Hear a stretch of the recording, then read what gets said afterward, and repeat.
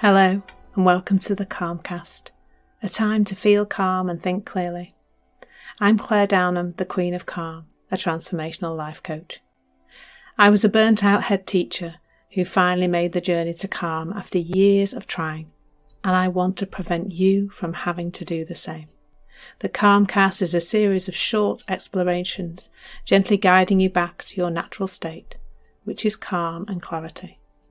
Just listen like you would listen to music, with an open mind and curiosity. There's nothing else to do.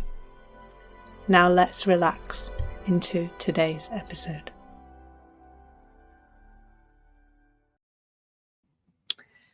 So this is probably a session I should have done at the beginning of the month, really, when I started this exploration of relationships.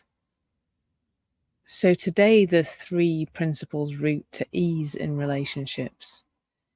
And mainly today, I'm probably just going to share some stories, really, that I hope will help you to see the huge, huge transformation that is possible with this understanding in our relationships.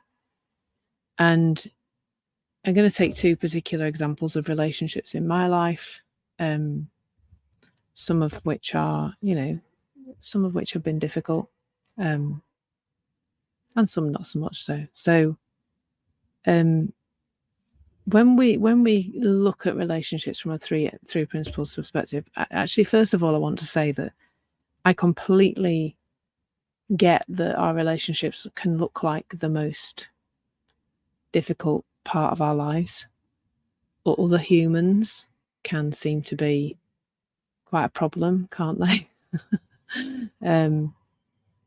It can really seem that we'd all be a lot better off if other people just behaved better. I definitely can totally and utterly relate to that. Definitely. And for me, it was a big part of my life. Other people and their behaviour and how much I really thought that impacted on my life was massive. I was a consummate ranter. I ranted a lot. I got upset a lot about other people's behaviour. I spent a lot of time in my own head psychoanalyzing people's behaviour. I don't know what I thought I was looking for in there, but I think human beings just have a natural inclination to problem solve. But the trouble is, we spend a lot of time solving the problems of other people, or other people appearing to be a problem, in our own heads with our own thinking, which has nothing to do with the other people whatsoever. It's literally got nothing to do with them. And that was a big part of my life. And it was a big part of, it's not other people didn't cause me to feel stressed, but my thinking about other people certainly did. And I would spend a lot of time, ranting basically about stuff and other people. And often, therefore, because I was upset, in inverted commas, by other people and their behaviour, I would also often, try really hard to get them to change their behaviour, and I'd also react a lot and speak from not a very nice place, and not a very nice place in me, to, and speak to other people from that place, and therefore, probably didn't get the best out of other people as I could do. So the first relationship that was, I'm sure I'd had lots of other tricky relationships in the past. In fact, many relationships. There's lots of people when I was younger that I didn't get on with too well in my own family, and still don't. But the biggest one for me in adulthood was the relationship with my ex-husband, and basically, I took him on, and I don't just take that as it's meant lightly. I took on the relationship pretty much with the idea in my head right from day one that I could make him better, that I could help him, heal him, make him be a better person, help him to fix him, really. He was he was a fixer. I took him on as a fixer-upper. All right from the beginning of the relationship, I was telling myself that if I gave him what I felt he needed, a love and a stable home and all those things, he would somehow adapt his behaviour and he would change. And of course, that is no grounding on which to go into a relationship that's going to last more than 5 minutes. Mine lasted nearly 20 years. Just over 20 years, actually, despite all of that. But it became pretty unpleasant for everybody concerned, myself, my ex-husband and my kids in the end. It wasn't very nice. There was a lot of shouting and stuff.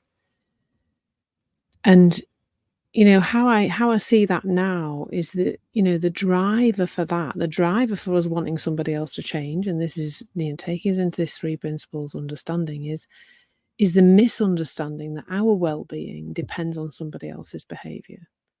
Now, this is not talking about physical well-being. If you are in a dangerous relationship where your physical well-being is under threat, your thinking about that will be creating your experience. However,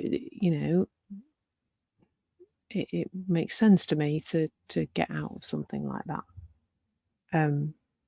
because your physical well-being is not, we're not talking about the same thing as your emotional well-being. So if it looks to us in any aspect of our life that when X I will feel Y, we are in a misunderstanding. And with our relationships, for me, for many years, it looked like, well, if that person just behaved in the way I'd like them to behave, then I could be okay. And that brought about a lot of controlling behaviour, a lot of, I guess, a lot of anxiety. I probably wouldn't have necessarily called it that, but I don't think that word was used quite so much when I was in my, the early part of my marriage. But yeah, a lot of needing somebody else to be different for me to be okay. No matter what aspect of life we are saying that in, we are in a misunderstanding. And nothing works well in life when we're in a misunderstanding. It's like if an alien came down to this planet and kind of watched people going about in cars, they might notice people doing all sorts of things in a car, like picking their nose or going on their phone or, checking their teeth in the mirror and all sorts of things. Now, let's say that alien is given a car, gets hold of a car, and they get in it, sit in it, and they start picking their nose and, scratching their ear and, looking at the teeth in the mirror and picking up a mobile phone. In a misunderstanding, that's going to make the vehicle move.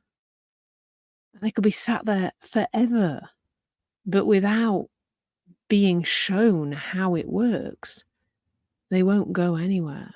They'll be stuck. And I was stuck.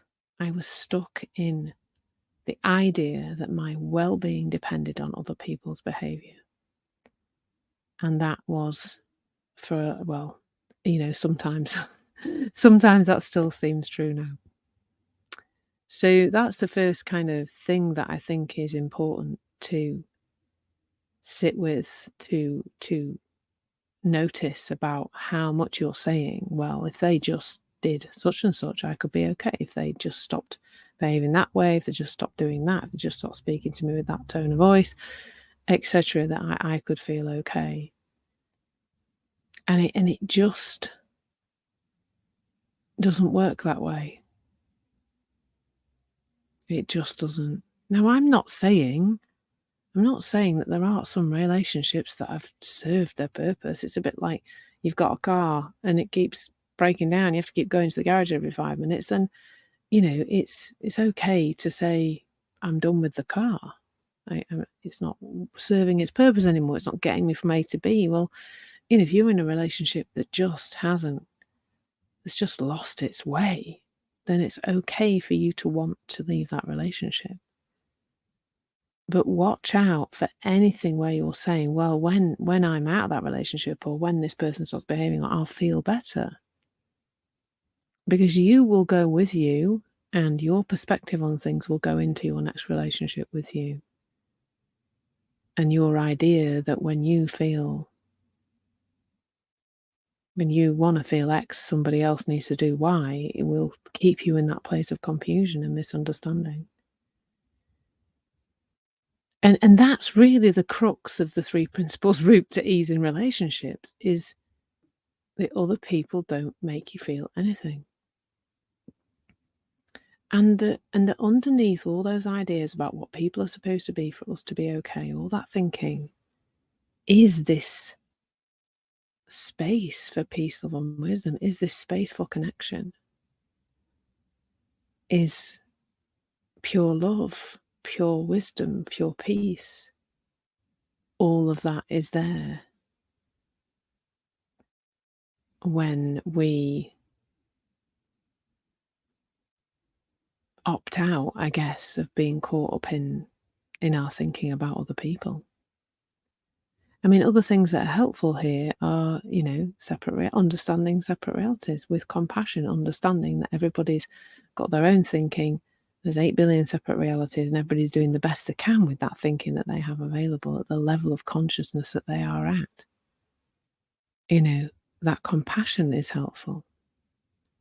So what I've noticed in, I've talked a bit about my ex-husband there, but what I've noticed in all my relationships is that they're all just nicer.